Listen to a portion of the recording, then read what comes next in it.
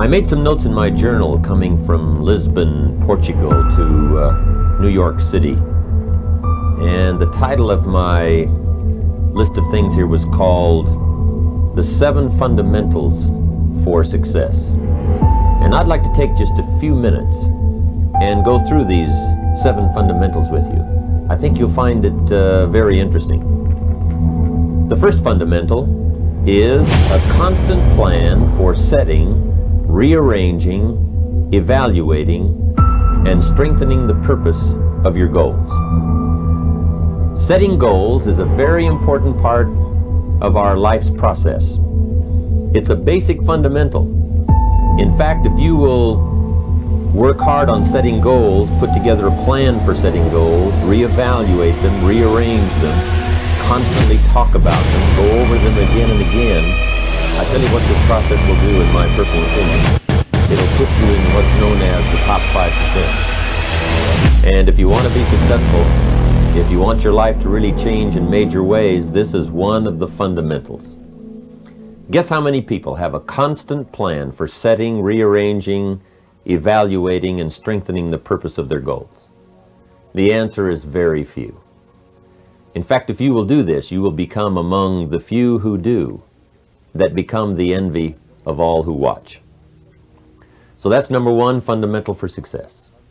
Get together with your family, your wife, your husband, your children, your business colleagues, and make it one of the major fundamentals in your life, constantly setting, rearranging, evaluating, and strengthening the purpose of your goals.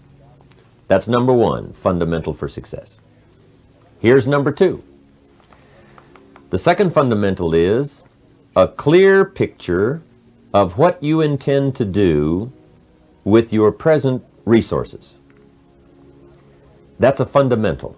Figuring out a plan of what to do and how to manage your present resources. Most everyone I talk to has already got something. The big question is, what are you doing with it?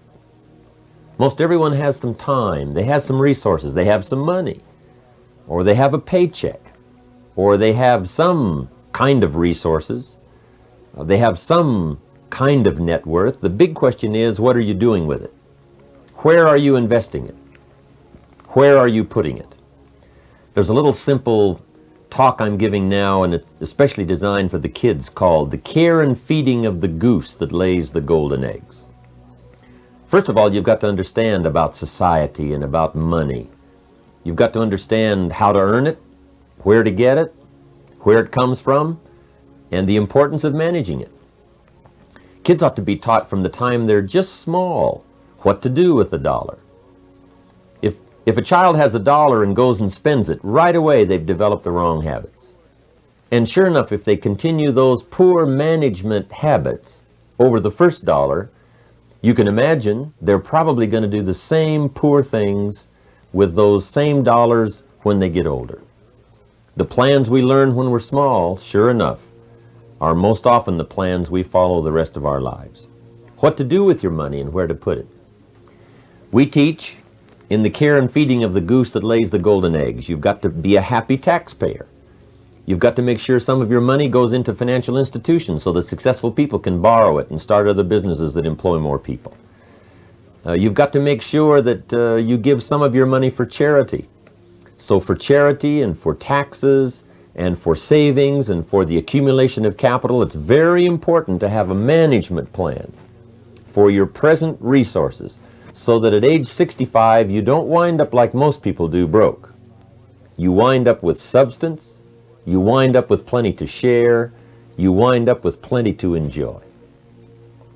So that's the second fundamental for success. A plan for using all of your present resources wisely. Now here's the third fundamental for success. You need a plan, a detailed plan for the use of your work time. We call it a game plan. Most people try to design tomorrow and next week and next month in their head.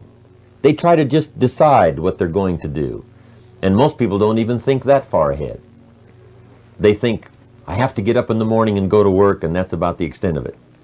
But a game plan for financial independence, a game plan for your work time, a game plan for your personal time. The family needs a game plan so that you won't miss some of the important things that are helpful to your life and to your success. The kids need a game plan. Mom needs a game plan. Dad needs a game plan. You need a business game plan. You need a game plan for your office. If you're in business, a game plan for your business. A detailed plan for the use of your work time. In the leadership seminar, we talk about how to put together this detailed plan for the day and for the week and for the month. How to stretch out a plan for 6 months and for a year. In doing business around the world, we found that you have to detail the plans in great detail. Otherwise, sure enough, you're going to miss something. So that's the third fundamental for success. And I can promise you that a detailed plan for the use of your work time will put you in the top 5%, because most people don't have one. Now here's the fourth fundamental for success. Number 4 is a consistent plan for the gathering of knowledge. Most people get ideas just spasmodically, or when someone happens to come by, or they just happen to hear someone, or they happen to read a book that might have some ideas that could help to benefit their life.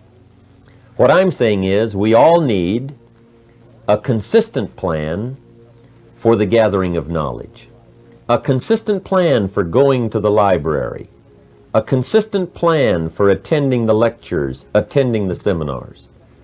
When you listen to a sermon, make sure you've got your journal to take notes.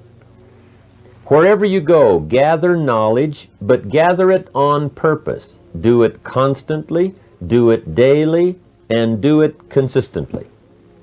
We need a consistent plan for reading books. Most people just read books haphazardly, spasmodically, or most people just don't read at all. Or they don't have a good plan for reading the right books. Sure enough, the man reads the comics instead of the classics. And he misses all the things that could really benefit his life because he doesn't have a plan.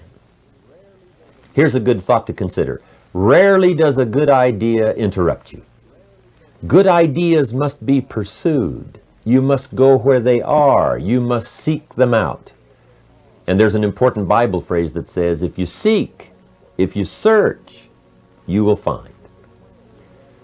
Sure enough, a consistent plan for gathering knowledge, reading the books, attending the lectures, putting together ideas and having a place to capture them like a journal where you can repeat them and go over them. That's a fundamental that if you'll follow it, will put you in the top 5%. Guess how many people have a consistent plan for the gathering of knowledge? Answer, very few. And what you want to be is one of the very few. Now here's the fifth fundamental for being successful. Number 5 is an association of people of common interest in progress, success, ideas, and philosophy. If you have a constant association of people who can better your life and better your lifestyle, you can't believe the progress that you can make. Mr. Shoaff shared with me when I first met him when I was 25 years old. He said, Jim, to do better, you've got to get around the right people. I have a good phrase for you. Never mistake the power of influence. The man says, well, I live here, but it doesn't really bother me. See, that's not true. He says, I'm around these people, but they really don't bother me. See, that's not true. Whoever you're around, whoever you're with, is exerting some kind of influence on your life. And what you must do, and this would be the good year to do it, the first year you've heard about it, is make plans to get around the right people. People who talk positive ideas. People who talk philosophy, the refinement of philosophy. See, just the latest joke won't help. You've got to get around people who read, people who are successful, and people who are growing and changing. Otherwise, your influence is going to be in the opposite direction. And I know most of us, wherever you work, you have to be around some negative influences.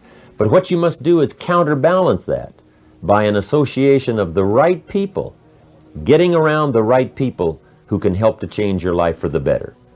So that's one of the 7 fundamentals, associating with the right people on a constant, consistent basis. So work on that one. And it's one of the 7 fundamentals. If you will work on an association of the right people who can help you to grow financially, personally, spiritually, socially, sure enough, it'll put you in the top 5%. Guess how many people have an association of people of common interest in progress, success, ideas, and philosophy? Answer, very few. But be one of the few. That's number 5. Here's number 6. The 6th fundamental for success is a plan for the development of all your personal skills. One of the great things to learn in life is that you can learn a great deal. There's hardly anything you can't learn. If you wished, you could learn several languages.